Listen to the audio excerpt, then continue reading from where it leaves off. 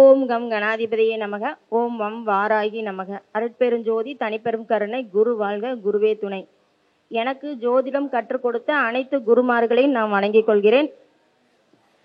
இன்று வாய்ப்பளித்த 16வது கருத்தரங்கம் திருச்செங்கோடு நகரத்தில் நவசக்தி ஜோதிட குழு நடத்தும் 16வது கருத்தரங்கத்தில் எனக்கு பேச வாய்ப்பளித்த ஐயா வேலு சிவா அவர்களையும் முதல்ல எனக்கு வணக்கத்தையும் வாழ்த்துக்களையும் நான் சொல்லிக்கிறேன். முதல்ல நான் அவங்களுக்கு வணக்கம் சொல்லிக்கிறேன். இங்கே இருக்கிறவங்க அனைவருக்குமே என்னுடைய வணக்கத்தை நான் தெரிவித்துக் கொள்கிறேன். என்னுடைய பெயர் ஸ்ரீமதி கவிதா சக்திவேல், திருப்பூர் மாவட்டத்திலேருந்து வந்திருக்கேன். இன்னைக்கு நான் பேசக்கூடிய தலைப்பு பார்த்தீங்கன்னா சுக்கிரன், சுக வாழ்விற்கு சுக்கிர திசை எவ்வாறு பங்களிக்கிறது அப்படிங்கிறத பற்றி பேசுகிறேன். முதல் சுக்கிரன்னா யாருங்க? நம்மளுக்கு சுக வாழ்வை கொடுக்கக்கூடிய அந்த சுக்கிரன் அவங்களுடைய காரகத்துவம் என்ன அப்படிங்கிறது பொதுவாக எல்லாத்துக்குமே தெரிஞ்சிருக்கும். இருந்தாலும் நம்ம ஒரு சில பாயிண்ட்ஸ் நம்ம சொல்லலாம் அப்படின்னு விருப்பப்படுறேன்.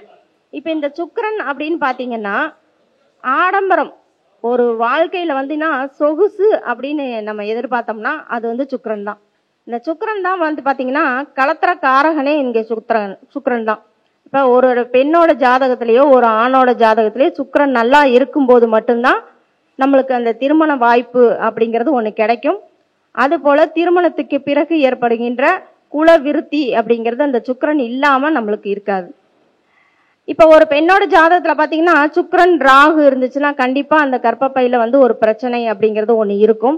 அது இருக்கிற இடத்த பொறுத்தும் இருக்கும். இருந்தாலும் சுக்கிரன் ராகு அப்படின்னு வரும்போது அங்க கர்ப்பப்பை சம்பந்தப்பட்ட பிரச்சனைகள், கர்ப்பப்பை அகற்றுதல், இந்த மாதிரியான சூழ்நிலைகள் கண்டிப்பாக ஏற்படும்.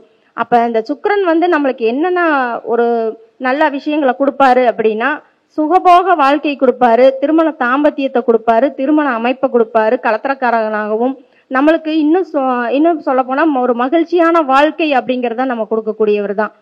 மேலும் பாத்தீங்கன்னா இந்த சுக்கிரன் ஒரு ஜாதகத்துல இப்ப சுக்கிரன் நீச்சமாக இருக்காரு அப்படின்னா அவங்கள எந்த மாதிரியான அவங்களுக்கு பிரச்சனைகள் வரும் அப்படின்னா, ஒரு பண இழப்பு, பெண்களால பிரச்சனை, வாழ்க்கையில ஒரு திருப்தி அளிக்கக்கூடிய வகையில் இல்லாதது, திருமண வாழ்க்கையில ஒரு இல்லறத்துல அவங்களுக்கு திருப்தி இல்லாத உணர்வு, இது மாதிரி எல்லாமே வரும்.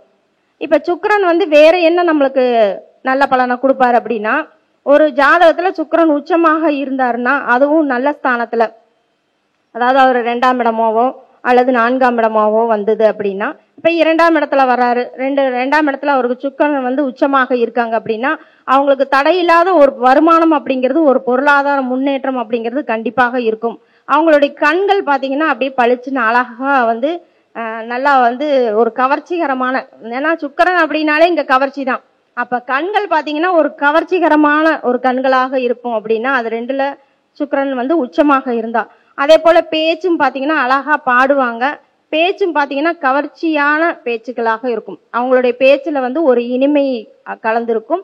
அவங்க நல்ல ஒரு அழகா பேசி கவரக்கூடிய வாய்ப்பை எல்லாத்தையுமே அவங்க கலந்துருவாங்க. அவங்க பேசும்போது பாத்தீங்கன்னா எல்லாரும் அவங்களே பார்த்துட்டு இருப்பாங்க அப்படிங்கிற மாதிரியான சூழ்நிலை அங்க அமர்ந்துரும். அதே போல அங்க சுக்கிரனோட ராகுவும் சேர்ந்துச்சுன்னா அந்த கண் இமைகள் பாத்தீங்கன்னா அப்படியே வளைவா அது வளைஞ்ச மாதிரி ஓவியமா இருக்கும் அவங்களுடைய கண்கள்.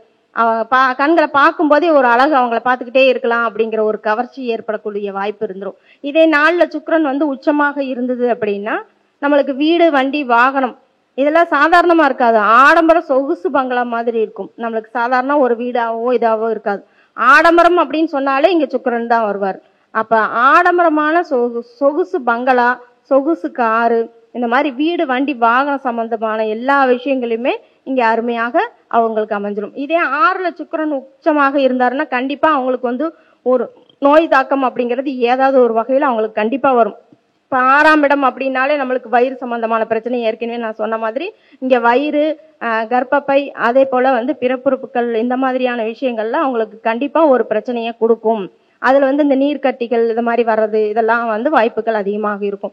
இதே 6ஆம் அதிபதி நல்லா இருந்தாரு, பலமாக இருந்தாரு அப்படின்னா கண்டிப்பா அவங்களுக்கு இந்த பிரச்சனைகள் கொஞ்சம் குறையறதுக்கு வாய்ப்பு இருக்கும். அந்த திசாகு புத்தி காலங்கள்ல அவங்க கொஞ்சம் அந்த உடல் சம்பந்தமான இந்த உடல் ஆரோக்கியத்துல அவங்களுக்கு கொஞ்சம் கவனம் செலுத்தணும் அப்படிங்கிறது தான்.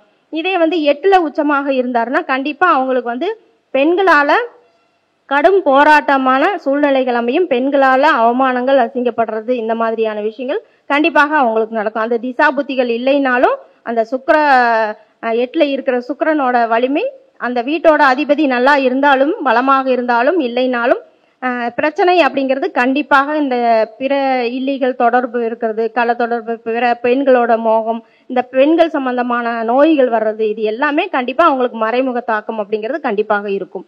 இதே வந்து 10ல சுக்கிரன் உச்சமாக இருந்தாருன்னா அவங்களுக்கு தொழில் நல்லா இருக்கும். ஏன்னா கேந்திர ஸ்தானத்துல சுக்கிரன் உச்சம் பெறும்போது அவங்களுடைய தொழில் பாத்தீங்கன்னா நல்லா இருக்கும். ஒரு ஃபேன்சி ஸ்டோர் வைக்கிறது, ஒரு ஜவுளி, ஏன்னா திருப்பூர் சம்பந்தப்பட்டது எல்லாமே பாத்தீங்கன்னா உங்களுக்கு சுக்கிரன் தான். ஆடைகள் அப்படின்னு வரும்போதே அங்க சுக்கிரன் தான்.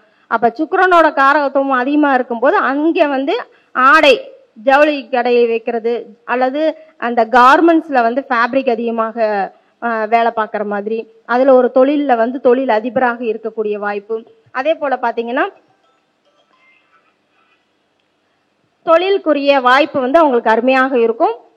இன்னும் பாத்தீங்கன்னா அந்த ஜவுளி வந்து கார்மெண்ட்ஸ் அப்படின்னு இருக்கும்போது இந்த ஃபேப்ரிக்கு, அப்புறம் அதுக்குரிய இதெல்லாம் இருக்கும் இல்லையா, அந்த பட்டன்ஸ் இதெல்லாம் வைக்கிறது, அந்த மாதிரியான ஐட்டங்கள் இருக்கிறது, அதற்குரிய வாய்ப்புகள் எல்லாமே அவங்களுக்கு அருமையாக அமையும். அதே போல 10ல சுக்கிரன் இருக்கும்போது பெண்களாலேயும் அங்க பிரச்சனைகள் கண்டிப்பாக இருக்கும். ஏன்னா 10ஆம் இடம்ங்கிறது இங்க மாமியாரா வருதா, லேடிஸா இருக்கும்போது அவங்களுக்கு மாமியார் மருமகள் கண்டிப்பாக அந்த பிரச்சனை. அந்த 10ஆம் அதிபதி எங்க இருக்காரு அப்படிங்கறத பொறுத்தும் நம்மளுடைய பலன்கள் மாறுபடும். இருந்தாலும் அந்த 10க்குரிய சுக்கிரன் அவருடைய வேலையை கண்டிப்பாக செய்வார். ஏன்னா கிரகங்கள் எப்பவுமே அவரவருடைய வேலையை அவங்கவுங்க கரெக்டா செஞ்சிருவாங்க. அந்தந்த திசா புத்தி காலங்கள்ல அதுக்குரிய பிரச்சனைகளை கண்டிப்பா அவங்க அனுபவிச்சே ஆகணும் அப்படிங்கிறது தான். இப்ப சுக்கிரன் நீச்சமா இருக்கு. இப்ப ஒரு ஆண்களுக்கு வந்து சுக்கிரன் நீச்சமாக இருக்கு, அங்க புதனும் சேர்ந்து இருக்காரு அப்படின்னா அங்க நீச்ச பங்கம் ஆயிடுவாங்க. அங்க புதன் இல்லாம வெறும் சுக்கிரன் நீச்சமாக இருக்குன்னா கண்டிப்பா அவங்க இடுப்புல வந்து ஒரு அரணா கொடி கட்டுறது, வெள்ளியில அரணா கொடி கட்டுறது, இந்த மாதிரியான விஷயங்கள் போடுறது அவங்களுக்கு வந்து அந்த நீச்சத்தை கொஞ்சம் குறைக்கக்கூடிய வாய்ப்பு இருக்கும். இருந்தாலும் கலத்திரக்காரங்கன்னா ஆண்களுக்கு அப்படிங்கும்போது பெண்களுக்கு தான் அந்த பிரச்சனையை கொடுக்கும். இருந்தாலும் ஆண்கள் வந்து அதுலயும் கொஞ்சம் வலுப்படுத்திக்கணும், சுக்கிரனை வலுப்படுத்திக்கணும் அப்படிங்கிறது தான். இன்னும் பாத்தீங்கன்னா 12ல சுக்கிரன் இருக்கிறது, இந்த 6, 8, 12ல மறைவு ஸ்தானங்கள சுக்கிரன் வந்து 12ஆம் இடத்துல இருந்து இருக்கிறது ஒரு சுகபோக வாழ்க்கையை கொடுக்கும். ஏன்னா 12ஆம் இடம்ங்கிறது தாம்பத்திய உறவு அப்படிங்கும்போது அங்க வந்து நித்திரைகள் நல்லா இருக்கும், அவங்களுடைய தாம்பத்திய சுகம், அவர் கணவன் மனைவியோட அந்யோன்யமா இருக்கிறது, இந்த மாதிரியான சூழ்நிலைகள் ஒரு நல்ல அமைப்பை கொடுக்கும். இருந்தாலும் 12ஆம் அதிபதி எங்க இருக்காரு அப்படிங்கிற, அது வலுப்பெறுகிறாரா என்பதையும் நம்ம அதுல வந்து பாத்துக்கணும். இப்ப மேலும் பாத்தீங்கன்னா இப்ப சுக்கிர தசை ஒருத்தருக்கு வந்து, இப்ப சுக்கிர தசை வந்து யாருக்கு வந்து வரும் அப்படின்னு நம்ம எடுத்துக்கிட்டோம்னா, இப்ப அஸ்வினி மகம் மூல நட்சத்திரத்துல பிறந்தவங்க, அவங்க வந்து கேதுவோட ஆதிக்கம் பிறந்தவங்களாக இருப்பாங்க. அப்ப அவங்களுக்கு வந்து பாத்தீங்கன்னா ஒரு 5 வயதுல இருந்தே, இப்ப மூலம் 1ஆம் பாதம், அஸ்வினி 1ஆம் பாதம்னா ஒரு 5 வயதுல இருந்து அப்ராக்சிமேட்டா கிட்டத்தட்ட வந்து ஆட்சி பெறக்கூடிய, அதாவது சுக்கிர தசை ஆரம்பிக்கக்கூடியதாக இருக்கும். இதே வந்து மூலம் அஸ்வினி வந்து கேதுவோட நட்சத்திரம் 2, 3, 4ஆம் பாதம் அப்படிங்கும்போது அவங்க பிறந்ததையுமே 1 வருடம் 2 வருடங்களையும் அவங்களுக்கு சுக்கிர தசை ஆரம்பிக்கணும். சுக்கிர தசைங்கிறது 20 வருடம். அப்ப இந்த 20 வருடம் வந்து குழந்தைகள் அவங்க பிறந்ததுல இருந்து 20 வயசு வரைக்கும் அவங்களுக்கு சுக்கிர தசையா தான் அமையக்கூடிய வாய்ப்பு அமைஞ்சிரும். இப்ப மூலம் 4ஆம் பாதம் அப்படின்னு சொல்லி பார்த்தோம்னா அங்க சுக்கிரன் வந்து ஓரிரு வருடங்கள்லயே வந்து 2 வயசுல இருந்தே அவங்களுக்கு 22 வயசு வரைக்கும் முக்கியமான காலகட்டமா இருக்கும். ஏன்னா டீனேஜ்ல இருந்து, குழந்தை பருவத்தில இருந்து டீனேஜ்ல இருந்து அவங்க காலேஜ் முடிக்கிற வரைக்குமே வந்து அந்த சுக்கிர தசையில தான் அவங்க இருப்பாங்க அப்படிங்கிறது. அப்ப அந்த காலகட்டத்துல அவங்களுடைய இயல்புகள் எப்படி இருக்கும் அப்படின்னு நம்ம பார்த்தோம்னா, குழந்தைகளை நல்லா ஜாலியா இதா இருப்பாங்க. இதே வந்து ஒரு டீனேஜ்ல வரும்போது அவங்களுடைய ஸ்கூல்லயோ அவங்க படிக்கிற காலத்துல பெண்கள் டீச்சர் அந்த மாதிரியான விஷயங்கள்ல பெண்களால அவங்களுக்கு வந்து கண்டிப்பா ஒரு சில பிரச்சனைகள், பெண் நண்பர்கள் அதிகமாக இருக்கக்கூடிய வாய்ப்பு, பெண் நண்பர்களோட அதிக தொடர்பு, இந்த மாதிரியான விஷயங்கள் இருக்கு. எப்படி வந்து ஒரு கிருஷ்ணரை சுத்தி பெண்கள் கூட்டமாக இருக்குமோ அது மாதிரி இந்த சுக்கிரன் ஆதிக்கம் பிறந்த இந்த பையனுக்கும் வந்து பாத்தீங்கன்னா பெண்கள் கூட்டம் அப்படிங்கிறது அதிகமாக இருக்கும். இப்ப பரணி பூரம் பூராட நட்சத்திரம் அப்படின்னு சொல்லக்கூடிய சுக்கிரனோட நட்சத்திரத்துல வந்து ஒரு ஜாதகர் பிறந்திருக்காங்க அப்படின்னா கண்டிப்பா அவங்க பிறந்ததுல இருந்து 20 வருஷம் வரைக்கும் அவங்களுக்கு இந்த பிரச்சனை இருக்கும். காலேஜ் மட்டும்தான் உங்களுக்கு வந்து அடுத்த சூரிய திசையாக அமையக்கூடிய வாய்ப்பு இருக்கும். ஆனா இந்த நட்சத்திரத்துல பிறந்தவங்க 20 வயசு வரைக்கும் டீனேஜ் அப்படிங்கிறதுல இவங்களுக்கும் வந்து சுக்கிர தசை தான் 20 வருஷமா இருக்கும். அப்ப இந்த சுக்கிர தசையில நம்ம எப்படி அவங்களுக்கு வந்து அவங்களுக்கு இயல்பா வந்து என்னென்ன காலத்துல எந்தெந்த கிடைக்கணுமோ அது கண்டிப்பாக அவங்களுக்கு கிடைக்கும். சுகபோகமா ஜாலியா ஊருசுலா சுத்தி அமையக்கூடிய வாழ்க்கை தான் அவங்களுக்கு அமையும். பெண்களாக இருந்தாங்கன்னா எப்படி இருப்பாங்கன்னா நல்லா மேக்கப் பண்றது, ஒப்பனை அலங்காரம் பண்றது, அவங்களுடைய ட்ரெஸ்ஸிங் சென்ஸ், இது எல்லாமே அடுத்தவங்கள ஆண்களை எதிர்பாலினத்தவரை கவரக்கூடிய வகையில தான் அவங்க இருப்பாங்க. பெண்களாக இருந்தா ஆண்கள் கவரக்கூடிய வகையிலும், ஆண்களாக இருந்தா பெண்கள் கவரக்கூடிய வகையிலும் தான் இருப்பாங்க. அப்ப அவங்களுக்கு வந்து அந்த சுக்கிரன் எந்த இடத்துல எந்த பாவத்துல இருக்காருங்கிறத பொறுத்து அவங்களுடைய உடல் ஆரோக்கியத்துல வந்து கொஞ்சம் கவனம் செலுத்தணும். அதே போல 20 வயசு வரைக்கும் அந்த குழந்தைகளோட கவனத்தை நம்ம வந்து கேர் பண்ணி பார்க்கணும் அப்படிங்கறதுதான். ஏன்னா நண்பர்களோட அவங்க எப்படி சேர்ந்திருக்காங்க, எப்படி வந்து அவங்க பழக்க வழக்கம் வச்சிருக்காங்கிறத ஒரு உடன் இருந்து பார்க்கக்கூடிய சூழ்நிலை பெற்றோர்களுக்கு கண்டிப்பாக வேண்டும். அப்ப 20 வருடம் அவங்க வந்து சுக்கிர திசையில இருக்கும்போது அந்த பரணி பூரம் பூராட நட்சத்திரத்துல பிறந்தவங்க 20 வருடமும் அவங்க கொஞ்சம் வந்து கவனமாக இருக்கணும் அப்படிங்கறதுதான். அவங்களுடைய சுகபோக வாழ்க்கை அப்படிங்கிறது எல்லாமே நல்லபடியா அமைந்தாலும் அவங்களுடைய அதாவது கெட்ட பழக்க வழக்கம் அப்படிங்கிறதுல கொஞ்சம் சேர்றதுக்கு வாய்ப்பு அதிகமாக இருக்கிறதுனால பெற்றோர்கள் அதிகம் கவனிக்கக்கூடிய வகையில இருக்கணும். இப்ப கார்த்திகை உத்திரம் உத்திராட நட்சத்திரமும் அதாவது சூரியனோட நட்சத்திரமும் சந்திரனோட நட்சத்திரமும் செவ்வாயோட நட்சத்திரம் இந்த 3 நட்சத்திரத்துக்குமே சுக்கிர திசை வர்றதுக்கு கிட்டத்தட்ட வாய்ப்பே இல்லை அப்படின்னு தான் சொல்லலாம். ஏன்னா அந்த காலத்துல ஆயுட்காலம்னா 120 வருடங்கள் சொல்றாங்க. ஆனா இப்ப வந்து 60 வயதுக்கு மேல இருக்கிறதே வந்து ஒரு பெரும் விஷயமாக இருக்குது.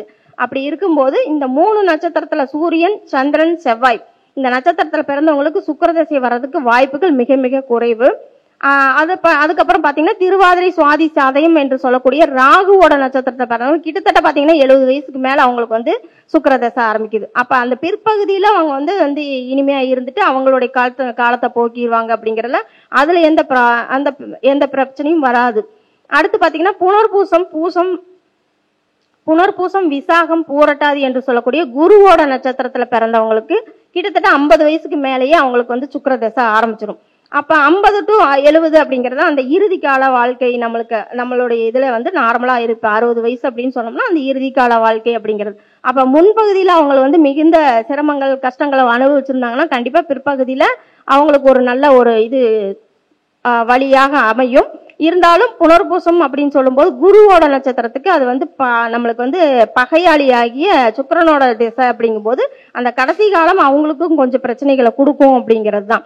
அடுத்து பூசம் அனுசம் உத்திரட்டாதின்னு சொல்லக்கூடிய சனியோட நட்சத்திரத்துல பிறந்தவங்களுக்கு பாத்தீங்கன்னா கிட்டத்தட்ட 40 வயசு மிடில் ஏஜ்ல தான் அவங்களுக்கு வந்து அந்த சுக்கிர திசை அப்படிங்கிறது ஆரம்பிக்கும். இப்ப பூசம் அனுசம் அப்படின்னு சொல்லும் போது நம்மளுக்கு சனியோட நட்சத்திரம். அப்ப சனி பகவானுக்கு வந்து சுக்கிரன் பாத்தீங்கன்னா அதாவது கிட்டத்தட்ட வந்து ஓரளவுக்கு நட்பு கொடுக்கக்கூடிய வகையில தான் இருக்கும். இருந்தாலும் அந்த மிடில் ஏஜ்ல வந்து சுக்கிர திசையாக ஆரம்பிக்கிறதுனால அந்த சுக்கிர திசை காலங்கள்ல அவங்களுடைய இது வந்து பொருளாதாரம் முன்னேற்றம் அடையும், வீடு வண்டி வாகனம் வாங்கக்கூடிய வகையில அமையும் அப்படிங்கிறது தான். அடுத்து பாத்தீங்கன்னா ஆயில்யம் கேட்டை ரேவதி நட்சத்திரம் புதனோட நட்சத்திரத்தில் பிறந்தவங்களுக்கு கிட்டத்தட்ட பாத்தீங்கன்னா 20 வயசுக்கு மேலதான் அவங்களுக்கு டீனேஜ்ல தான் அவங்களுக்கு வந்து இதே ஆரம்பிக்கும், அந்த சுக்கிர திசையே ஆரம்பிக்கும். அப்ப அந்த காலகட்டத்துல பாத்தீங்கன்னா இந்த ரேவதி அதாவது புதனோட நட்சத்திரத்துல பிறந்தவங்களுக்கு மட்டும் திருமணம் சம்பந்தமான திருமண காலங்கள்ல இருந்து குழந்தை பாக்கியம் வரைக்கும் அவங்க வந்து அந்த மிடில் ஏஜ்ல அந்த ஒரு 20 வருஷம் தான் அவங்களுக்கு வந்து சுக்கிர தசை ஆரம்பிக்கும். அப்ப அவங்க எப்படி இருப்பாங்க அப்படிங்கிறதுக்கு ஒரு சின்ன ஒரு ஜாதகத்தோட விளக்கம்.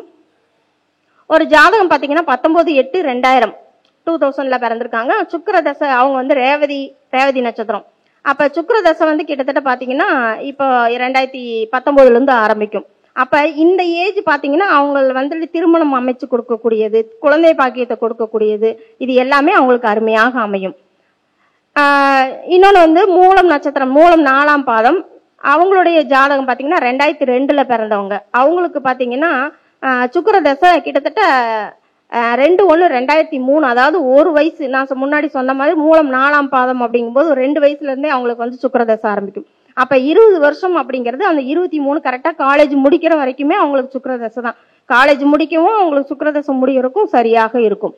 அப்போ அந்த சுக்கிர தசை காலங்கள்ல அவங்களுக்கு என்னென்ன நடக்குது அப்படின்னா அவங்களுக்கு ஜாதகம் துலா லக்னம். அப்ப துலா லக்னம் லக்னாதிபதியே சுக்கிர பகவானா வராரு. அவர் வந்து 11ஆம் இடத்துல இருக்காரு. லக்னாதிபதி 11ஆம் இடத்துல இருக்கிறது மிக அருமையான அமைப்பு. ஆனாலும் இந்த லக்னத்துக்கு அது வந்து பாதகாதிபதியா வராரு.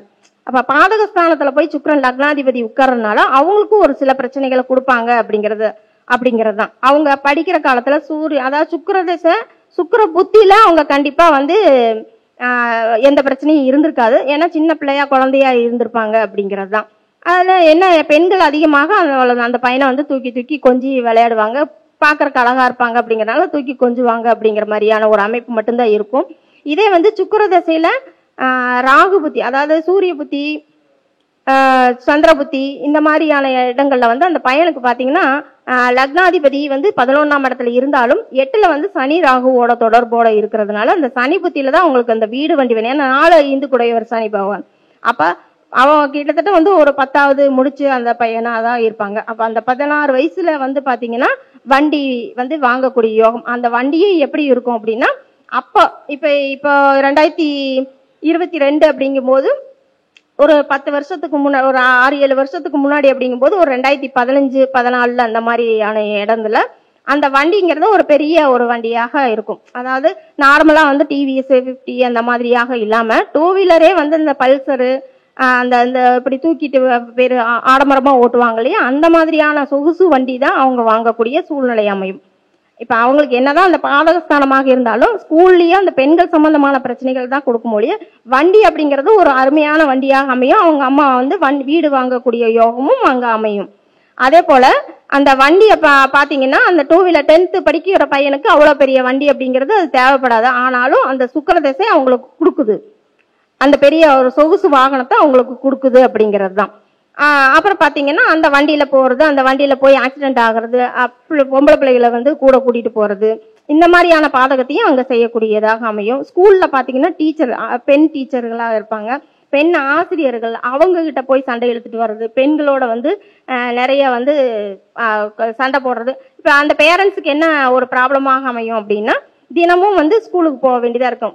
பேரண்ட்ஸ் டீச்சர் கூப்பிட்டுருக்காங்க, மீட்டிங்ல கூப்பிட்டுருக்காங்க அப்படிங்கிற மாதிரியான ஒரு பாதகத்தை அங்க கண்டிப்பாக செய்வாங்க அப்படிங்கறதுதான். அதே போல அந்த பையன் வந்து டான்ஸ் இந்த மாதிரியான விஷயங்கள் எல்லாம் வந்து வெற்றி பெற்று ஒரு மெடல் இது மாதிரி பாராட்டுகள் வாங்கக்கூடிய அமைப்பும் அந்த பையனுக்கு அமையும். மேலும் பாத்தீங்கன்னா இப்ப 2ல, அதாவது இந்த துலா லக்னத்துக்கு பொறுத்த வரைக்கும் 2-7 கூடையவர் தான் மாரகாதிபதி. அதனால இந்த மாரகாதிபதி தொடர்பில்லாத இருக்கிறதுனால இந்த மாரகாதிபதியோட சேர்ந்து இங்க வந்து இந்த லக்னாதிபதியும் சேர்ந்து அமைஞ்சிருக்கிறதுனால 11ஆம் இடம் அமைஞ்சிருக்கிறதுனால கண்டிப்பா அவங்களுக்கு ஒரு சில பிரச்சனைகள் உருவாகும். எப்படின்னா ஒரு டூர் போறது, இந்த மாதிரியான வெளியூர் வெளி மாநிலங்கள் அதிகமாக போகக்கூடிய வாய்ப்பு. ஏன்னா ஒரு சுற்றுலா அப்படின்னு ஒரு டூர் அப்படின்னு அரேஞ்ச் பண்றோம் அப்படின்னம்னாலே, பிக்னிக் அப்படின்னாலே இங்க புதனும் சுக்கிரனும் இல்லாம கண்டிப்பாக போக முடியாது. அப்ப அந்த வெளியில போகக்கூடிய பசங்கள்லாம் இந்த சனி ஞாயிறு லீவு அப்படின்னாலே பசங்களோட சேர்ந்து ஜாலியா ஊர் சுத்துறது, இந்த மாதிரியான அமைப்புகள் தான் அதிகமா இருக்கும். இப்ப எதுக்காக நான் இந்த இந்த ஜாதக விளக்கத்தை நான் சொல்றேன் அப்படின்னா, இந்த காலகட்டங்கள்ல என்னதான் நீங்க பசங்களை அடக்குனாலும் அவங்கள வந்து நாங்க அடக்க முடியாது, இருந்தாலும் அவங்க போக்குல போய் அவங்கள கண்காணிக்கிறதுக்கு மட்டும்தான் நம்ம செய்ய முடியும் அப்படிங்கிறதுக்காக தான் நான் இங்க சொல்றேன். அதே போல பாத்தீங்கன்னா அதிகமா வந்து அவங்களுடைய சகோதரி, இப்ப 3ல வந்து சந்திரன், இந்த பையனுக்கு வந்து துலா லக்னம், 3ல சந்திரன், அந்த சந்திரனும் குருவும் வந்து பரிவர்த்தனையாக இருக்கும்போது அந்த சந்திர புத்தியிலேயோ அல்லது குரு புத்தியிலேயோ கண்டிப்பா பாத்தீங்கன்னா இளைய சகோதரர்கள் சரியான சண்டை பிரச்சனைகள் இந்த மாதிரி எல்லாம் வரக்கூடிய வாய்ப்பு. ஏன்னா இங்க மாரகாதிபதியோட தொடர்பு பெற்றிருக்காங்க. அப்படிங்கும் போது அங்க சகோதரியோட பிரச்சனை, அக்கா தங்கச்சிகளோட அங்க பிரச்சனைகள் அதிகமாக இருக்கும். இருந்தாலும் பெண் நண்பர்கள்ட்ட நல்ல ஒரு பேர் கிடைக்கும். வந்து ஒரு கிருஷ்ணர், ஒரு கோகுலகண்ணன் அப்படிங்கிற ஒரு பேர் தான் அங்க வந்து நிலைச்சிருக்கும் அப்படிங்கிறது தான். அப்ப அந்த காலேஜ் முடிக்கிற வரைக்குமே வந்து பாத்தீங்கன்னா அந்த பையனோட இது வந்து மிக அற்புதமாக இருக்கும். அவரோட சொகுசு வாழ்க்கையாக தான், ஆடம்பரம் எல்லா சுகத்தையும் அனுபவிக்கக்கூடிய வாழ்க்கையாக தான் அந்த பையனுக்கு அமையும் அப்படிங்கிறது தான். இப்ப இந்த சுக்கிரனுக்கு பாத்தீங்கன்னா சுக்கிர தசை முடிகிற வரைக்குமே வந்து ஒரு பையனை வந்து நம்ம கண்காணிக்கணும் அப்படின்னா அது கண்டிப்பா அது முடியாத காரியமா தான் அமையும். இதே வந்து 2-7 என்று சொல்லக்கூடிய இந்த துலா லக்னத்துக்கு 2-7 சொல்லக்கூடிய இந்த மாரகாதிபதியோட தொடர்பு இருந்துச்சு அப்படின்னா அந்த சுக்கிர தசையில கண்டிப்பா அவங்களுக்கு வந்து பொருளாதாரம் அப்படியே குறையும் அப்படிங்கிறது தான். ஏன்னா அந்த மாரகாதிபதி தொடர்போ மாரகாதிபதி போய் அங்க உச்சமாகவோ ஆட்சி பெற்றோ இருந்ததுன்னா கண்டிப்பா இதுவரையிலும் கொடுக்கக்கூடிய எல்லா சொகுசு வாழ்க்கையும் எல்லா சொகுசு ஆடம்பரங்களையும் பொருளாதாரத்தையும் அந்த சுக்கிர திசை ஆரம்பிக்கும் போது அப்படியே டவுன் ஆகும் அப்படிங்கிறதுல எந்த சந்தேகம் இல்லை. எனக்கு வாய்ப்பளித்த வேலு சிவார் அவர்களுக்கு என்னுடைய நன்றியை தெரிவிச்சுக்கிறேன். அனைவருக்கும் என்னுடைய நன்றி.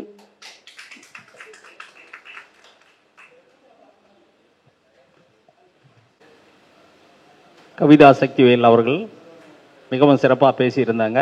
அவருக்கு கோவையை சேர்ந்த ஜோதிட ஆசான் துரைசாமி அவர்கள் பொன்னாடை போத்தி கௌரவமாறு கேட்டுக்கொள்கிறேன்.